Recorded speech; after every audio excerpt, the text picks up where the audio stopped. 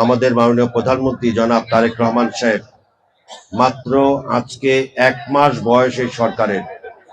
গত 17 তারিখে সরকার গঠন হয়েছে, আজকে 1 মাস।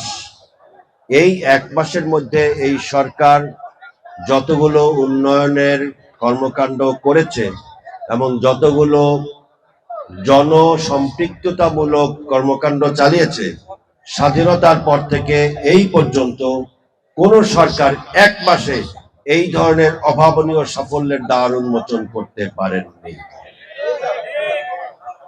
এবং জাতীয় সংসদ নির্বাচনের আগ এবং পর পর্যন্ত মাননীয় প্রধানমন্ত্রী জনাব তারেক রহমান সাহেব যেভাবে বিরোধী নেতাদের বাড়িতে গিয়ে বাংলাদেশের তথাকথিত রাজনৈতিক কালচারকে তিনি প্রত্যাখ্যান করে নতুন যে সংস্কৃতি চালু করেছেন, আগামীর বাংলাদেশে সেই ধরনের নতুন সংস্কৃতির ভিত্তিতেই এই বাংলাদেশ পরিচালিত হবে।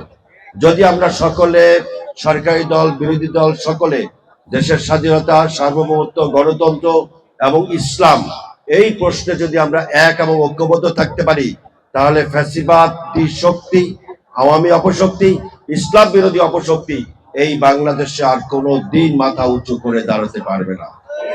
আজকের এই পবিত্র ইফতার মাহফিলে আমরা মহান আল্লাহ রাব্বুল আলামিনের কাছে দোয়া করতে চাই, আমাদের দেশ, এই দেশের প্রতিটি ইঞ্চি আমাদের জন্য পবিত্র, জায়নামাজের মতো পবিত্র।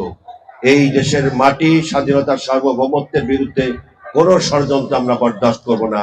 আগামী দিনে একটি নতুন সমৃদ্ধশালী আধুনিক রাষ্ট্র গঠনের লক্ষ্যে আমরা আমাদের প্রধানমন্ত্রী জনাব তারেক রহমানের যে সদিচ্ছা, সেই সদিচ্ছাকে বাস্তবায়নের জন্য আমরা সকলে তার পাশে থাকব।